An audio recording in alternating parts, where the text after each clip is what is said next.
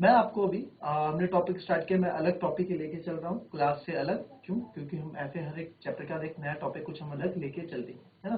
तो उसमें word problems मैं करा रहा हूँ और इसमें सारे क्वेश्चन मैं आपको बोला जितने भी वर्ड प्रॉब्लम्स वाले क्वेश्चन है वो एज से यानी कि उम्र वाले जो क्वेश्चन होते हैं, आयु वाले जो क्वेश्चन होते हैं उससे रिलेटेड सारे क्वेश्चन है और उसी को मैं ये करा रहा हूँ।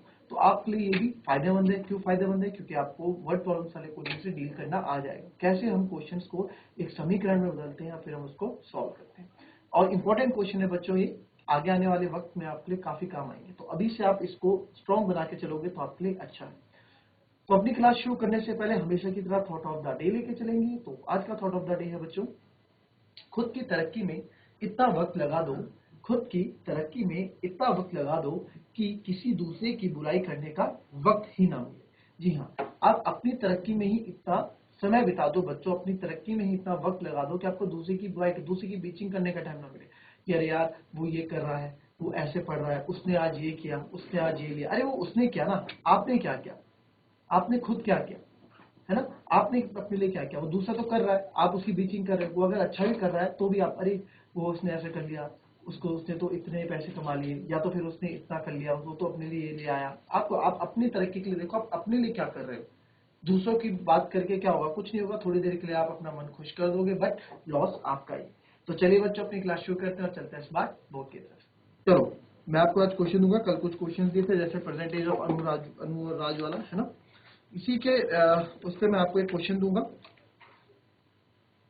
तो आज कुछ क्वेश्चन लिखेंगे और एजेस वाले क्वेश्चन लिखेंगे अगेन हम, है ना। और उस क्वेश्चन को करेंगे और एज वाले क्वेश्चन हम सारे सॉल्व करेंगे। चलिए क्वेश्चन लिखता हूँ आज आपके लिए फिर से एक नया क्वेश्चन लिख देता हूँ, एक हिंदी में लिख देते हैं, है ना। क्वेश्चन है, अमन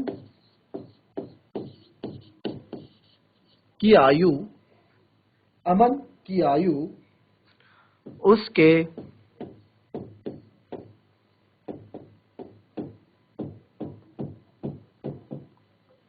पुत्र की आयु की 3 गुनी है।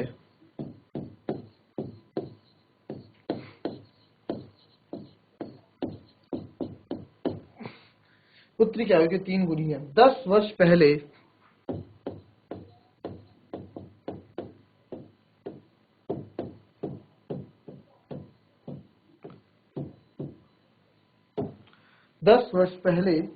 उसकी आयु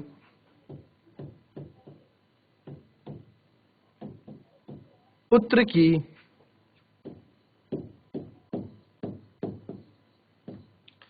की आयु की 5 गुना थी।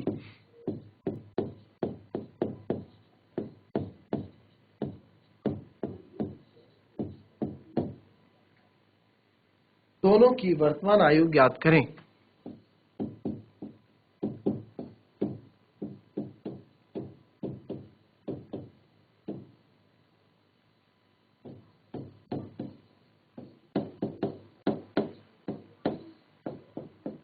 ठीक है, दोनों की वर्तमान आयु ज्ञात करें। अमन की आयु उसके पुत्र की आयु की 3 गुनी है। 10 वर्ष पहले उसकी आयु पुत्र की आयु की 5 गुनी थी। दोनों की वर्तमान आयु ज्ञात करें। क्लियर?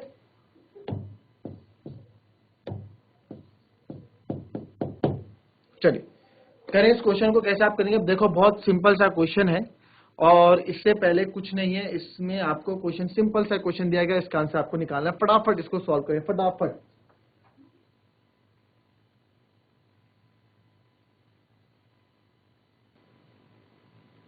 चलिए, किसी का आंसर आया?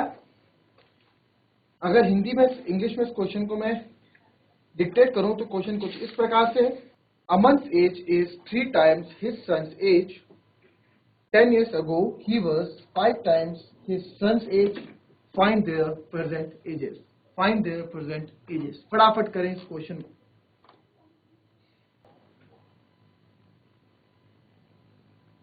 तो बच्चों क्वेश्चन क्या था? अमन की आयु उसके पुत्र की आयु की 3 गुनी है। ठीक है, अमन की आयु उसके पुत्र की आयु की 3 गुनी है। 10 वर्ष पहले उसकी आयु पुत्र की आयु की 5 गुनी थी। ठीक है, तो ये हमारे पास क्वेश्चन था। चलिए, तो क्वेश्चन है हमारे पास। ठीक है, क्वेश्चन को लिखेंगे, अमन की आयु उसके पुत्र की आयु की 3 गुनी है। ठीक है जी, 3 गुनी है अमन की आयु। तो आगे और क्या बोला, 10 वर्ष पहले उसकी आयु पुत्र, 10 वर्ष पहले, मतलब जो लिखा है पहले उस पर डील करते हैं। अमन की आयु उसके पुत्र की आयु की 3 गुनी है। तो अमन की आयु है ना उसके पुत्र की आयु की 3 गुनी है। तो आपको पता है जो छोटा होता है उसी को हमेशा हम एक्स लेते हैं, है ना। तो हम लिखेंगे लेट द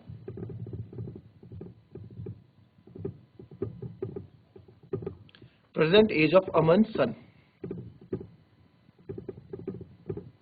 एक्स ईयर, यानी कि अमन के पुत्र की वर्तमान आयु एक्स ईयर हमने माना अमन के पुत्र की वर्तमान आयु एक्स ईयर है, ठीक है। अब उसने क्या बोला, अमन की आयु क्या, अपने उसके पुत्र की आयु की 3 गुनी है। तो अमन की आयु क्या हो जाएगी,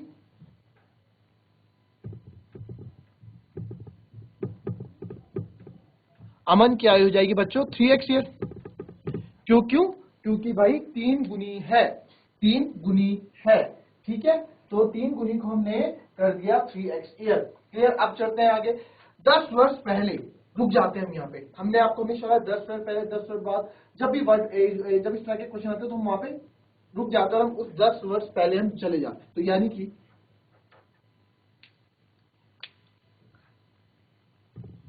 बिफोर 10 years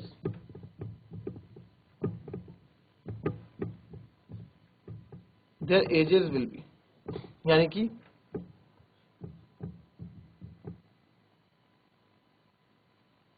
10 वर्ष पहले उनकी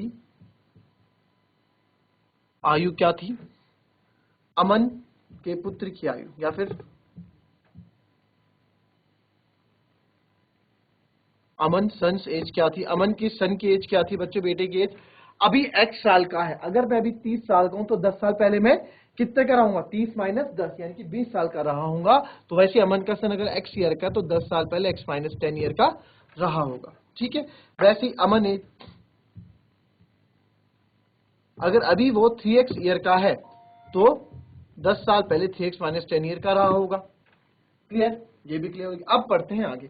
10 वर्ष पहले उसकी आयु पुत्र की आयु की 5 गुनी थी। 10 वर्ष पहले उसकी आयु पुत्र की आयु की 5 गुनी थी। नाउ अकॉर्डिंग टू क्वेश्चन 10 वर्ष पहले जो अमन की आयु थी, जो ये 3x माइनस 10 था ना, जो अमन की आयु थी, वो अपने पुत्र की आयु के ये x माइनस 10 के 5 गुना थी, यानी कि 5 टाइम्स मल्टीप्लाई हमने कर दिया, ये था।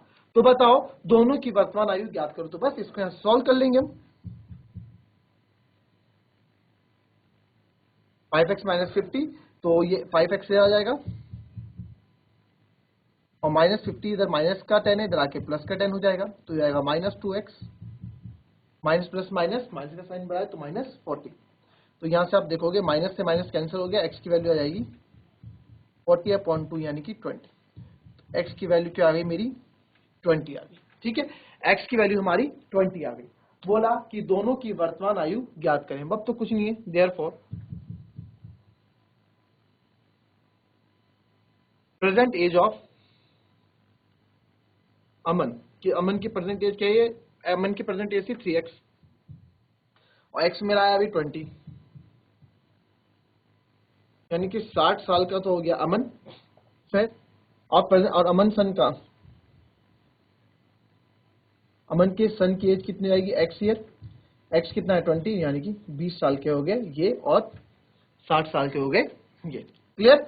तो 20 साल के ये है, 60 साल के ये है। क्लियर, ये समझ में आया। तो इसे आप कॉपी कर लें फटाफट। चलिए नेक्स्ट क्वेश्चन दूंगा आपको। नेक्स्ट क्वेश्चन भी अच्छा है, एज वाला ही क्वेश्चन है, उसको करेंगे जरा। चलिए चलते हैं स्मार्ट बोर्ड की तरफ। क्वेश्चन है कुछ इस प्रकार का,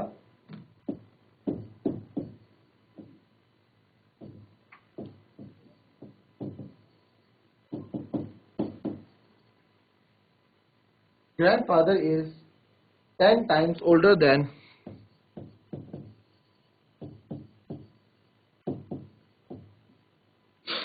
10 times older than his granddaughter.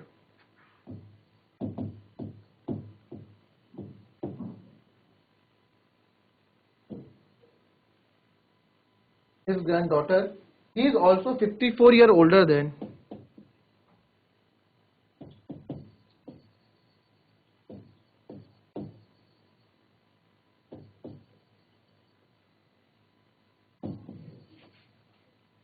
He is also 54 year older than, find their percentages. ये क्वेश्चन अच्छा है,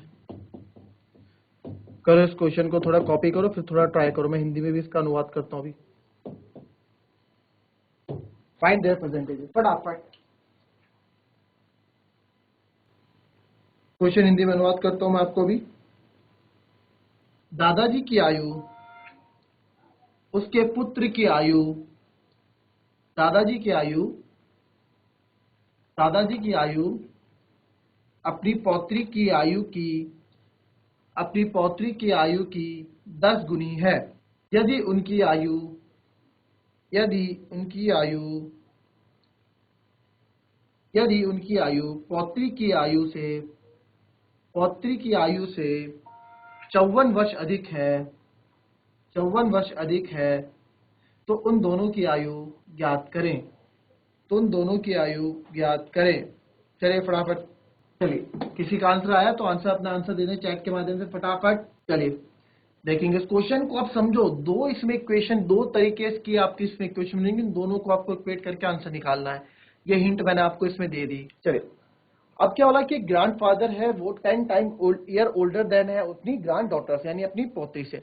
तो आपको पता है जाहिर सी बात, यहाँ एक्सिस को मानेंगे जो छोटी होती है यानी पोती, है ना। तो हम मानेंगे let the present age of granddaughter. हम प्रेजेंट एज क्यों लिखते हैं? हम बताते हैं कि ये वर्तमान आयु है। क्या बताते हैं? वर्तमान आयु है ना। यानी कि माना पोती की वर्तमान आयु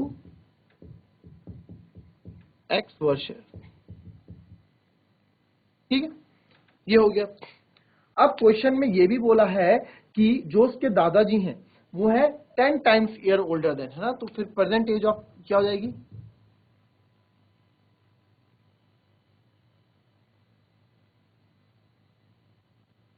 ग्रैंडफादर यानी 10 टाइम्स, यानी कि 10x ईयर। तो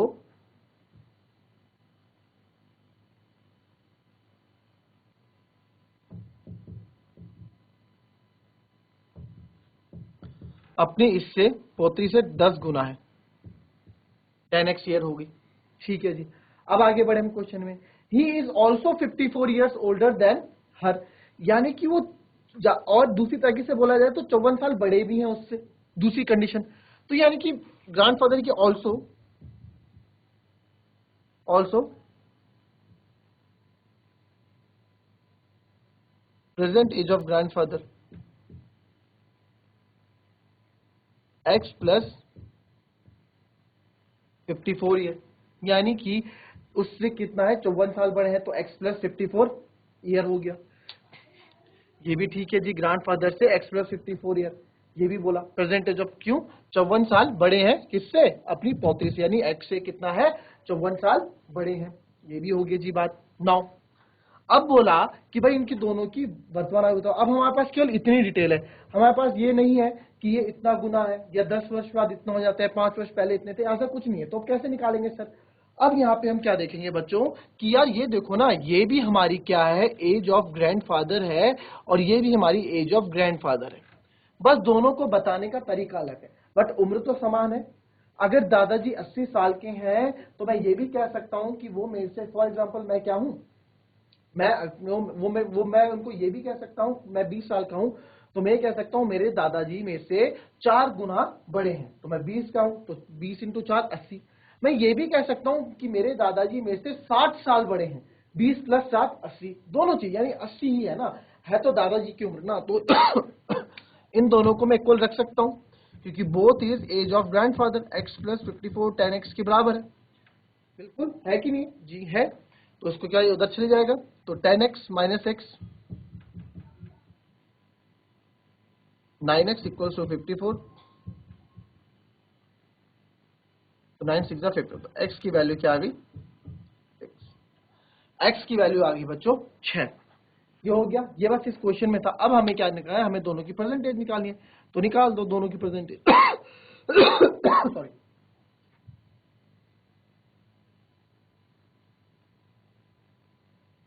सॉरी।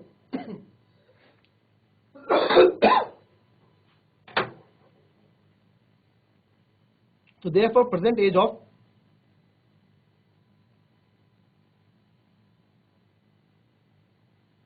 ग्रैंड डॉटर की प्रेजेंट एज क्या है, x ईयर, तो यानी x आएगा 6, क्यों, तो 6 साल की तो हो गई हमारी ग्रैंड डॉटर, है ना, क्यों, x की वैल्यू 6 आई, और therefore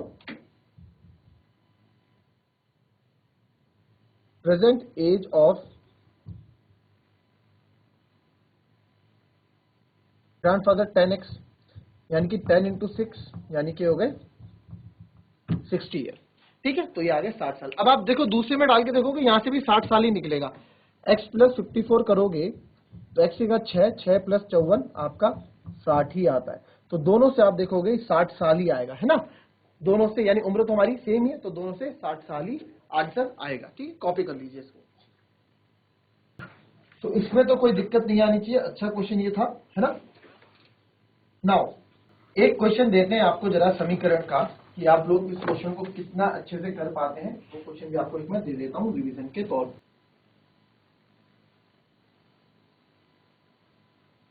3z minus 2/10 plus minus z plus 3 ये z है, ठीक है, minus z plus 3/7 plus 4z minus 7/3 equals to z minus 1। चलो निकालो यहाँ पे z की वैल्यू, यहाँ पे z की वैल्यू निकालो, 3z minus 2/10 minus z plus 3/7 plus 4z minus 7/3 equals to z minus 1। z की वैल्यू निकालो फटाफट।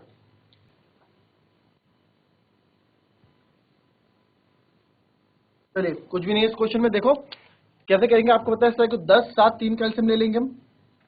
एलसीएम लेने का एक तरीका आपको बताता हूँ, जो सबसे बड़ी टेबल होती है, जैसे 10 है इसमें, तो 10 का पहाड़े में ऐसा नंबर ढूंढो जो दोनों में आ जाए, 7 और 3 में भी आ जाए। तो आपको पता है 10 में से मैं करूंगा तो मेरे को पता है 10 में तो 10 में तो आपका कुछ नहीं आएगा, ठीक है, 10 में तो सारे में आपका कुछ नहीं आएगा, क्योंकि 10 10 100 होता है ना, तो 10 में आपका कुछ नहीं आएगा। तो 10 में आपका 10 10 100 तक तो कुछ नहीं आएगा, क्यों, क्योंकि वो क्या है, इवन नंबर है, इवन नंबर से देगा, और ये हमारे पास दोनों ऑड नंबर्स है। अब क्या करेंगे, तो यानी कि इन दो का मल्टीपल 7 और 3 का मल्टीपल होता है 21, 21 10 जा 210, तो 210 इसका क्या हो जाएगा एलसीएम। ये आपको अलग से क्लास जब दूंगा इस मैथमेटिकल ट्रिक के तो बताऊंगा, नहीं तो आप तो सिंपल ऐसे भी निकाल सकते हैं, जिसको समझ में ना आया हो तो आप अपने जो मेथड आपका होता है उससे आप निकाल सकते हैं, ठीक है। 210, तो इसको 210 बनाने के लिए 21 से मल्टीप्लाई करना होगा, तो ऊपर भी 21 से मल्टीप्लाई करूंगा, z माइनस 2 माइनस इसको 210 बनाने के लिए 30 से मल्टीप्लाई करना होगा, तो इधर भी 30 से मल्टीप्लाई करेंगे। माइनस के बाद हमेशा आदत मैंने आपको बता रखा, ब्रैकेट डाल दिया करो, फिर प्लस इसको 210 बनाने के लिए 70 से मल्टीप्लाई करो, तो ऊपर भी 70 से मल्टीप्लाई हो जाएगा, equals to z minus 1। Solve करते हैं, तो 21 3 3 1 3 63z minus 42 minus 30z minus 90 plus 280z minus 490, ये 210 मैं इधर ले जा लूं तो ये जाएगा 210 into Z minus 1। Clear, 60 Z वाले देख लो, 63 माइनस 30 33z, इनको माइनस कर दिया है, माइनस 42 माइनस 90 माइनस 132, फिर ये भी हमारे पास प्लस 280 मल्टीप्लाई करेंगे 210z इंटू 210 माइनस 210। क्लियर, इसके बाद आप लोग सॉल्व करेंगे और इसका आंसर मेरे को z का आंसर निकाल के बताएंगे फटाफट। z का आंसर आपका क्या है, होमवर्क की आप लोगों के लिए क्वेश्चन हो जाना चाहिए, कोई बड़ा क्वेश्चन नहीं था, ठीक है, सिंपल सा क्वेश्चन था। ये आप लोग से एक बेसिक क्लास में लेके आया था, जिसमें कैलकुलेशन में आप लोग काफी गलतियां करते हैं, इसलिए इस क्वेश्चन को मैं थोड़ा आपको दिया कि आप लोग अपनी कैलकुलेशन चेक करें कि आपकी कैलकुलेशन कैसी है, और कैलकुलेशन में आप कितने अभी स्ट्रॉन्ग हैं, ठीक है। तो चलिए बच्चों, ये थी हमारी आज की क्लास, मिलते हैं आपसे नेक्स्ट क्लास में और with new chapter line and angles. तो आज के लिए फिलहाल इतना ही, मिलते हैं नेक्स्ट क्लास में, तब तक के लिए be happy, be healthy and be safe. Thank you and have a nice day.